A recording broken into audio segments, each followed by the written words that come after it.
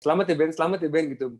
Aku mikir mereka udah tahu ada hintnya gitu kan. Tiba-tiba, jadi pada saat naik ke panggung, tertanamlah di pikiran kayaknya gue juara deh gitu kan.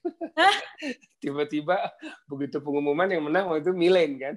Jadi pas kamera, and the winner is Milen Fernandez. Aku kayak kaget gitu. Oh, kan bukan gue ya. Kita kayak senyum. Semua orang bilang katanya kan waktu itu live kan ditayangin. Semua orang bilang muka lo asem gitu. Ya iyalah, gue pikir gue yang menang. Setiap ada tawaran sinetron aku menunda dulu karena menunggu film. Alhamdulillah setahun aku ada 4 film. Tapi ya itu filmnya belum tayang nih yang 3 karena ada ya momen seperti ini kan. Film kita tertunda. Filmnya belum tayang tapi duitnya udah habis ya. Gimana dong? Lebih susah mana nih? Jadi penyiar atau VJ atau sebagai aktor buat Ben Kasyafani?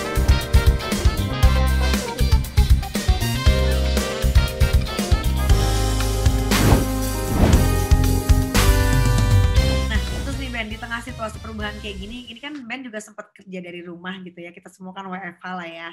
Nah, sampai kayak waktu itu juga kemarin kan siaran sama Sisi gitu kan. Ada itu gimana waktu itu experience-nya tiba-tiba harus siaran dari rumah dengan partner siaran juga yang di tempat berbeda, karena kan biasanya kalau siaran tandem kan kita harus eye contact bahkan gitu ya untuk bisa dapetin chemistry-nya gitu. Nah itu kalau dapetin chemistry siaran tandem jauh-jauhan itu susah nggak? Atau jadi kayak nggak nyambung atau mungkin ada delay berapa detik gitu nggak sih? Iya, awalnya kan kita pakai aplikasi tuh buat podcast. Ternyata koneksi waktu itu kan koneksi internet menjadi musuh kita bersama ya waktu itu ya. Di saat semua orang membutuhkan koneksi tinggi. Terus beda lah, tektokannya juga beda. Terus karena itu rekaman jadinya kita nggak bisa di actual time kita siaran. Jadi kadang-kadang pembahasan terbatas. Terus mulai bergeser dengan ngedit sendiri. Kita rekam suara masing-masing, terus kita jahit. Macam-macam lah. Terakhir sih yang paling efektif tuh kita lagi kayak gini nih, kayak Zoom gini kan direkam terus ada file audionya kan. Nah, file audionya kita gabungin, habis itu dijahit gitu. Jadi, tapi sih kalau ditanya dapat apa, enak sih di rumah, bangun tidur santai gitu, cuman tetap sih beda banget. Karena kan kalau siaran radio kan soal apa ya bilangnya, organik, karena organiknya hilang ya sulit lah. Karena yang terjadi di radio saat itu live ya, itu dia yang kita omongin gitu. Oke. Nah, terus juga nih, apa namanya Ben, untuk si pekerjaan dari rumah kayak gini gitu ya, itu gimana sih mungkin bagi waktunya gitu, atau enggak let's say misalnya in general deh gitu, kita kan tahu juga Ben kegiatannya banyak banget, siaran, syuting, dan juga buat keluarga. Nah, itu gimana nih? Apalagi sekarang memang lagi di rumah aja gitu, work life-nya jadi keganggu nggak, kayak ini kan harusnya tempat untuk istirahat rumah, tapi kok jadi kayak buat kerja juga gitu misalnya. Aku sih gimana ngomongnya? Ya sekarang memang agak tough nih. Kita syuting sekarang di karantina kan. Kita kemarin sempat break.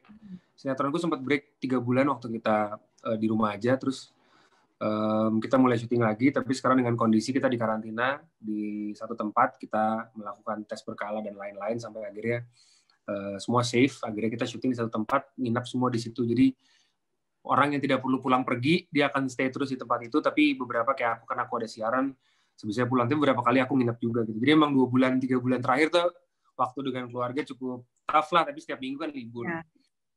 Nah kalau sekarang, beberapa kan kayak teman-teman kayak di Venturia ini juga ngajakin live, apa segala macam. Aku sih bentuknya kayak, apa ya bilangnya,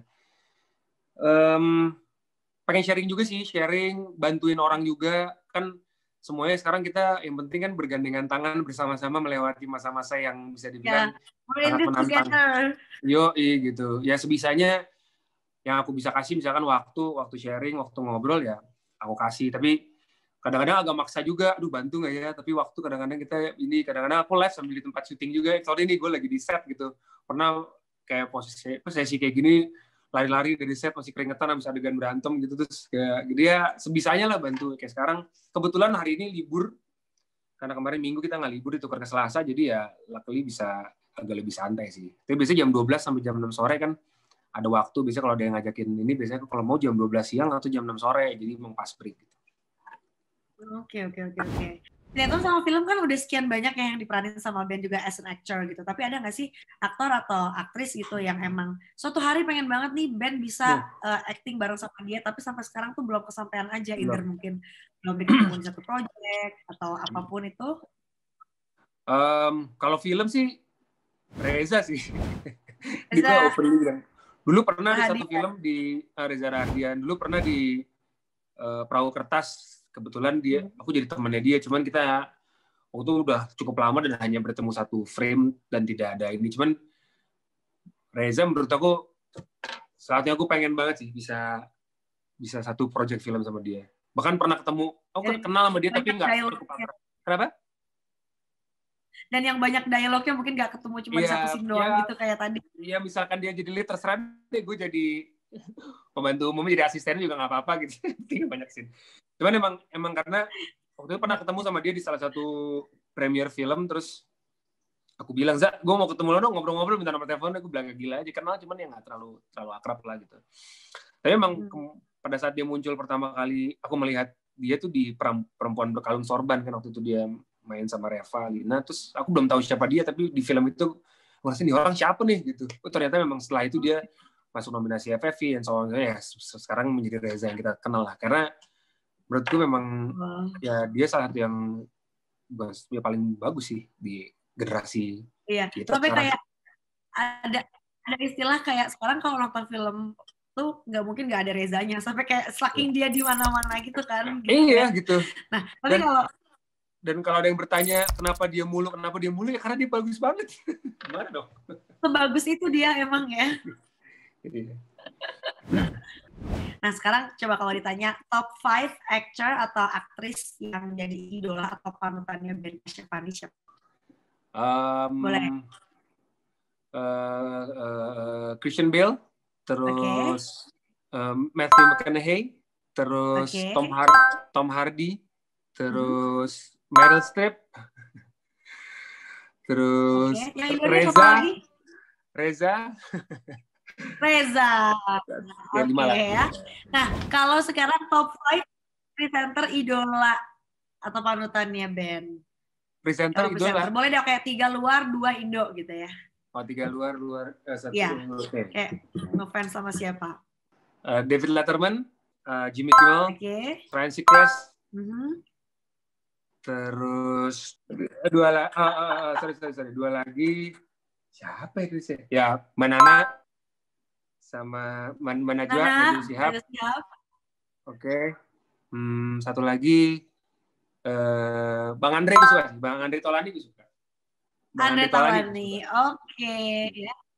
Oke.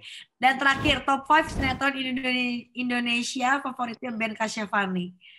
5 Indonesia sinetron Indonesia. Dari 5 dulu ya. Dari 5 boleh yang doang, boleh yang pernah diperankan oleh Ben, monggo. Wah, yang dulu sih nomor 5 nih, zaman dulu Tersanjung pasti, ya kan? Terus kita semua tahu nggak sih Tersanjung? Oh, gila kayak nggak ada yang tahu deh. Tukang bubur naik haji. Sinetron gue sendiri tuh. Tukang bubur naik haji. Terus 3 sinetron gue sekarang, Samudra Cinta. Apalagi ya miniseries Indonesia ya? Oh, zaman dulu tuh ada miniseries mungkin tahu. Kayak ngapanya Dunia Tanpa Koma, tau nggak? Dunia Tanpa Koma pernah dengar, oke. Sama satu lagi nih, semua anak 9 bulan pasti tahu. Sinetron Pondok Indah, ya kan? Nggak mungkin nggak ada yang suka dulu. Apa sinetron Pondok Indah? Ih, nggak tahu ya? Wah, Wulan Guritno. Nggak tahu. Gue nggak tahu. Wulan Guritno. Pokoknya anak-anak 9 bulan, sinetronnya tentang Pondok Indah, tentang anak-anak orang kaya di Pondok Indah, angkatan 9 bulan. Rumah-rumah orang-orang di Pondok Indah gitu, tinggal di Pondok Indah. Mona Ratuliu yang main, tuh top banget. Oke. Nanti deh. Karena kemarin yang baru diangkat lagi tuh kan ada tuh Nokta Merah Perkawinan. Nah itu kalau itu suka denger tuh. Oh mama, oh papa sekalian kalau perlu. Iya. Nah, Ben mau nanya dong, kalau seandainya harus milih, Ben Kasyafani lebih pilih siaran radio atau nge-host di TV? Kenapa? Kalau disuruh milih, Ben lebih pilih siaran di radio atau nge-host di TV? Aduh, tough choice banget ya. Sekarang sih radio sih. Radio ya. Kan lu kenapa lebih bebas kayak lebih karena TV bayarannya lama. Setuju. Mundur berapa bulan? Mendingan di radio, enak. Dan kadang kan kalau di radio kan kita bisa kayak sambil rolan rambut. Nggak perlu mandi, ya kan? Kayak karyawan lagi, dapat tunjangan, dapat ini, ya kan? Di TV, ya kan? Udah bayar lama. Programnya bungkus, ya kan? Males ya, Mbak. Oke. Nah, Ben, kalau next project, Ben dalam waktu dekat akan ada apa lagi nih? Mungkin ada film baru. Yang itu tadi mungkin sempat di-mention ya, yang filmnya belum rilis gitu. Atau mungkin program TV baru apa lagi gitu. Kalau yang bakal tayang sih, aku udah 3 film belum tayang. Ada satu film Taufik, tentang Taufik Kemas dan Bung Karno. Tentang Taufik Kemas dan Mbak Megawati. Cuman nggak tahu tuh proyeknya akan berjalan. Cuman salah satu film yang menurutku bagus, sutradaranya Ismail Basbet, salah satu sutradara favoritku dari Jogja. Itu juga salah satu yang membuat aku surreal. Wah, gila dia ngajakin gue main film gitu. Terus kedua filmnya tentang Buya Hamka, sama ada Vino Bastian sama Bella tayang. Kayaknya harusnya kemarin tayang pas Idul Adha, cuman lagi kondisi mungkin tahun depan baru bisa tayang. Tapi udah saya syutingnya. Terus satu lagi ada film horror komedi judulnya Jurik Salawe. Itu bisa dibilang kayak Pimaknya Indonesia lah nanti. Itu juga lucu mainnya sama komik-komik. Ada Babe, ada banyak deh. Ada Nadine Laksandra segala macam. Cuman itu apa? Ya pasti seru ya kalau sama komika-komika gitu, pasti kayak komika seru banget. Tahun depan. Sekarang sih mungkin kalau yang lagi fokus ya sinetron ini lagi nabung lah ibaratnya gitu, karena nanti begitu ini kan nggak tahu nih cepat, mudah-mudahan sih masih lama lah. Sisi Presilia kan aku siaran sama Sisi Presilia sih janji ngajakin aku main film sih. Kayaknya tahun depan sih pengennya kalau misalkan bisa syuting film karena aku ngerasa tahun depan kayaknya udah ready nih untuk film gitu. Semoga kita semua sudah bisa bergerilya lagi ya. Amin. Aduh, benar-benar itu. Semua juga teman-teman. Iyalah, santai aja. Amin. Nah, gimana nih Ben sebagai seorang aktor dan juga presenter yang multi talenta, dari Ben Kasyafani sendiri ngelihat Inventory yang jadi sebuah wadah untuk para pelaku atau para talent ya di industri entertainment, seperti penyanyi, band, DJ, MC, host, dan juga vendor-vendor balik layar, katakanlah kayak vendor lighting, vendor panggung, segala macam yang tersebar di seluruh Indonesia. Aku selalu dari dulu sebenarnya ya memang punya, kalau dibilang ingin punya bisnis tuh salah satu yang mungkin paling dekat adalah bisnis event kan. Karena satu memang kita berangkat dari situ, terus event selalu ada gitu kan, walaupun ya tahun ini sedikit tertunda, tapi it's just a matter of time. Tahun depan semua orang pasti perlu event, semua produk perlu mempromosikan produknya, semua orang butuh kawin gitu kan ibaratnya. Event pasti akan berjalan dengan baik. Nah, memang momen yang pas banget nih sekarang. Ada kayak Inventory gini, di eranya digital, dan setelah ya bisa dikatakan nanti new normal kan, banyak yang new juga kan, habitnya pasti akan berubah, industri juga akan berubah gitu. Tapi satu industri yang sedang kita hadapi ini kan digital industry gitu. Nah, begitu adanya Inventory kayak gini, jadi memudahkan orang untuk menghelat sebuah event tanpa perlu kekhawatiran, ketidakpastian, dan safety juga, secure daripada bisnisnya gitu. Kadang-kadang bikin event ada yang udah DP, ada yang udah tanda jadi, tiba-tiba berantakan. Nah, kalau misalkan ada standarisasinya di sebuah platform kayak gini kan bagus banget gitu. Oke, nice, thank you Ben. Sama-sama. Nah Ben, mungkin kita akan ke pertanyaan berikutnya yang agak pribadi nih. Ini kan di YouTube Ben aktif di konten review makanan ya, judulnya Mencari Halal. Ini kenapa konten YouTube-nya sekarang ke bidang masak? Apakah next plan-nya akan jadi seorang chef atau pengen di restoran gitu? Gak, sebenarnya emang dari dulu punya ketertarikan di bidang kuliner. Di rumah, aku tuh masak kan di rumah. Di rumah masak, terus hobi lah dengan makanan. Terus kalau keluar tuh pasti yang kita cari eksplornya makanan gitu. Terus waktu itu ya baik lagi, apa ya digital existence gue? Oh yaudah mungkin gampang tuh makanan gitu. Ya udah, kemarin beberapa tahun lalu bikin lah sekalian keluar sama istri, terus bikin konten gitu. Tapi ternyata ngeditnya nggak gampang ya. Consume waktu dan menghabiskan PR gitu. Terus ya udah, kemarin waktu kita lagi di rumah aja, lagi break segalanya, mulai lagi yuk gitu, iseng, akhirnya ada tim yang bisa ngerjain. Tapi itu balik lagi tiba-tiba kan digital existence tuh memang salah satu kuncinya adalah konsistensi kan. Nah sekarang begitu, betul. Jadi begitu sekarang udah mulai ada waktu lagi, tapi waktunya sedikit, aku bisa ngabisinnya untuk main game sama keluarga, terus aku harus pakai lagi untuk ngedit lagi atau mungkin ngurusin lagi, kayaknya too much menurut aku.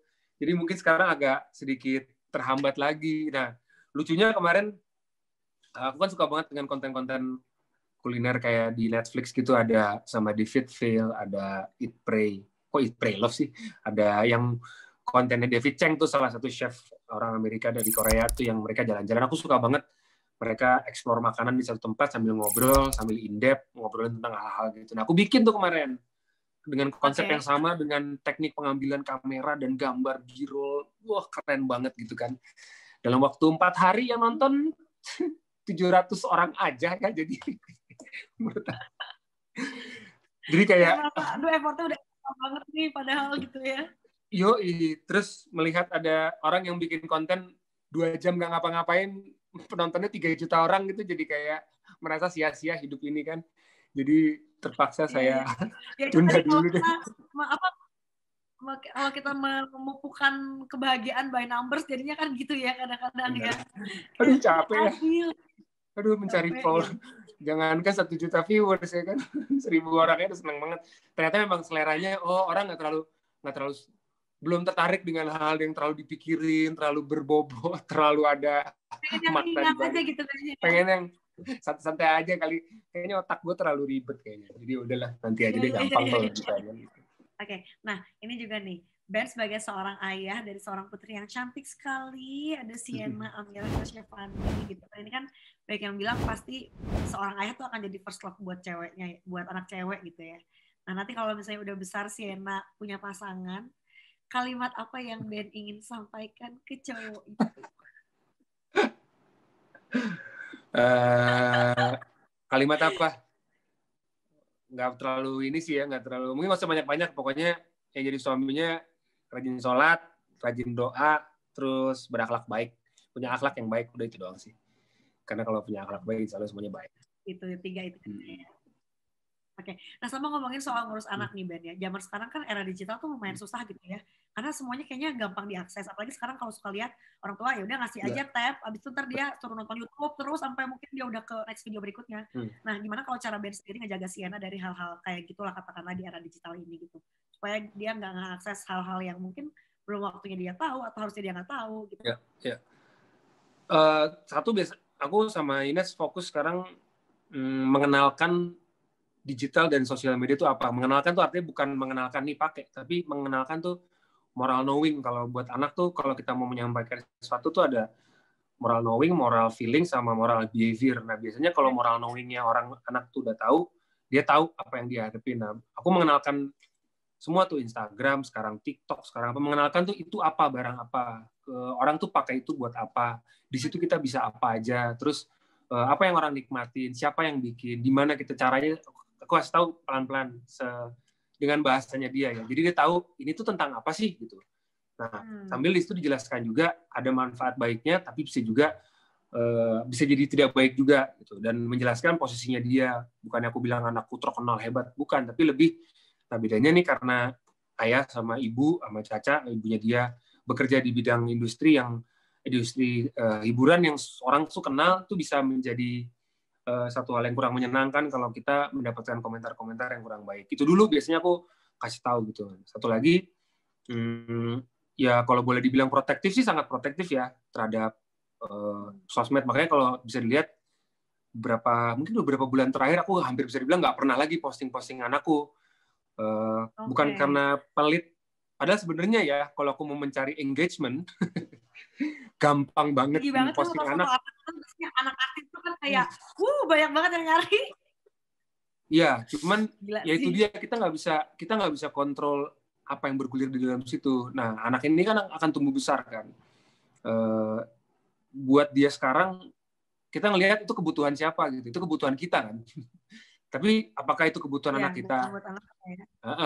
Apakah itu kebutuhannya anakku nih? Aku ngomong anak kita deh, anakku lah.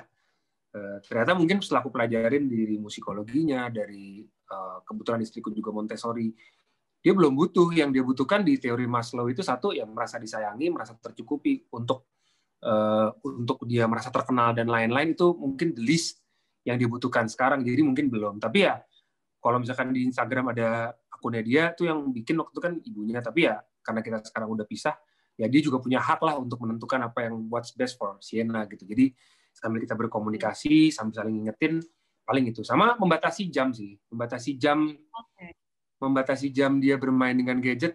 Dia cuma boleh, kalau game tuh 15 menit, TikTok 15 menit, dia tuh juga TikTok di close friend dengan orang yang sangat terbatas, teman-teman yang dia kenal aja, sama tidak terlalu banyak aja sih untuk kayak, oh satu lagi nih, pada saat aku mau posting dia, misalkan Instastory gitu, biasanya aku tanya dia dulu, aku kasih lihat, aku save dulu, aku kasih lihat, Nena boleh nggak di-post? Ternyata, coba deh anaknya ditanya, kadang-kadang mereka nggak mau loh, nggak mau, aku baru bangun tidur. Oh, mereka udah bisa jawab nggak mau ya bahkan? Iya dong, ya misalnya ini deh, ini baru bangun tidur, aku videoin, terus mukanya bengep-bengep, nih aku posting ya, mau nggak? Belum tentu mau juga kan? Nggak mau. Iya makanya. Iya.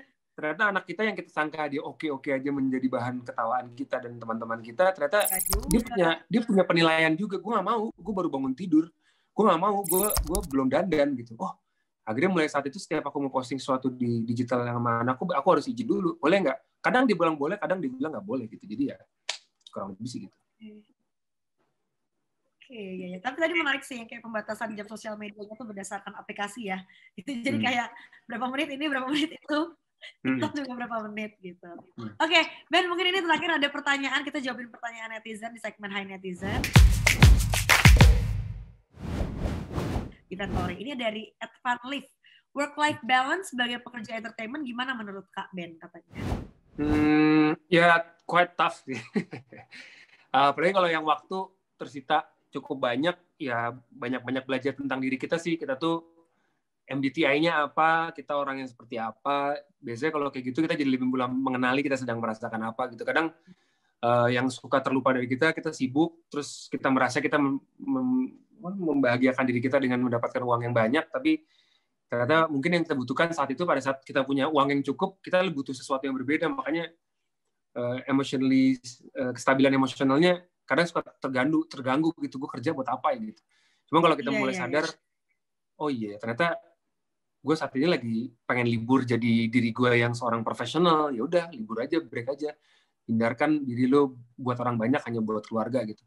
Ya cuman ya itu naik turun sih. Kadang-kadang aku juga suka, oh iya gue lagi capek nih, capek bukan badannya, capek di dalam nih.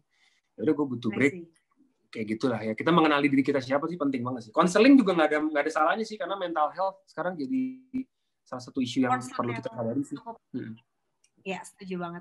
Oke, next question ini dari @Are Arifin, dari puluhan sinetron yang pernah dibintangin, peran atau tokoh siapa yang paling berkesan mendalam sampai sekarang buat Ben Kasyafani? Salah satunya sih kalau film, ini anakku lagi. Bentar ya, Nak. Tapi masih sedikit lagi. Ini mau lewat. Dikit lagi. Salah satunya mungkin kemarin aku di film Taufik Kemas berperan sebagai sahabat Taufik Kemas, dan itu cukup, pada saat aku bermain di film itu, filmnya belum tayang, main jadi Taufik Kemasnya Megantara yang jadi Bu Megawatinya Agni Haq, dan belum tayang filmnya. Tapi aku ngerasa setelah film itu aku banyak kerjasama sama sutradaranya Ismail Basbet dan merubah cara bermain aku cukup banyak. Jadi kalau dibilang cukup berkesan, ya mungkin film itu cukup berkesan kali, walaupun belum tayang ya, dan duitnya udah habis. We'll wait for that ya, yang belum tayang duitnya udah habis dan berkesan buat Ben Kasyafani. Oke, nanti dipantengin filmnya ya. Nah, terakhir nih Ben, kita main 3 kata ya. Yang pertama, Milan Fernandes.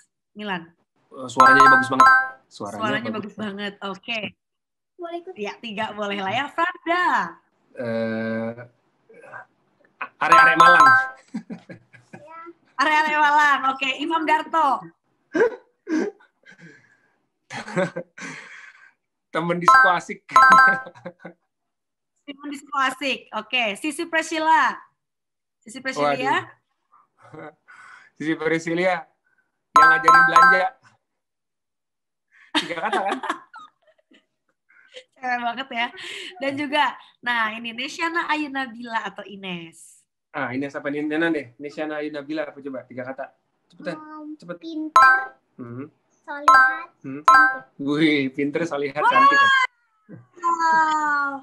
Dan juga last but not least, Sienna Amirah Kasyafani. Oh, Sienna Amirah Kasyafani, anak cantik, anak pintar ayah, anak solihat ayah. Ayah. Oke deh kalau gitu Ben selesai ngobrol-ngobrolnya. Thank you so much ya. Sama-sama nih Ben, ini ada pilih mana?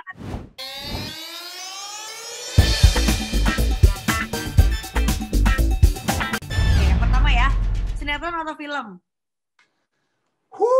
Tough ya. Sekarang sih sinetron.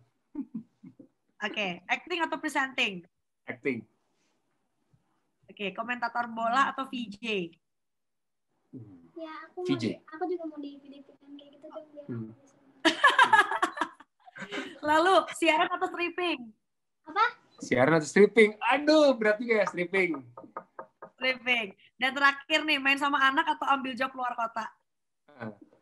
Main sama anak apa ambil job keluar kota? Aku gak punya anak. Kamu gak punya anak. Mendingan Aibin main keluar kota, kerja keluar kota apa main sama Sienna? Main sama ayah. Main sama ayah katanya. Main sama Sienna, berarti main sama anak. Itu tadi ngobrol-ngobrol indie barengan sama Ben Kasyafani. Semoga menginspirasi buat kamu yang ingin jadi seorang presenter, radio announcer, pengen jadi host juga, apalagi pengen jadi pemain film ya sebagai actor, atau juga pengen main sinetron mungkin. Mudah-mudahan kamu bisa ngedapetin rahasia suksesnya tadi udah kamu tangkap semua dari Ben Kasyafani ya. Makasih juga buat Hotel Royal Bandung yang ada di Jalan Merdeka nomor 2, buat tempatnya yang cozy banget. So I'll be back sih one day, karena buat kamu juga mungkin yang dari luar kota pengen cari tempat nginep di mana ya, pokoknya gak usah salah pilih, langsung aja kepoin Instagramnya di @lhotelroyalbandung.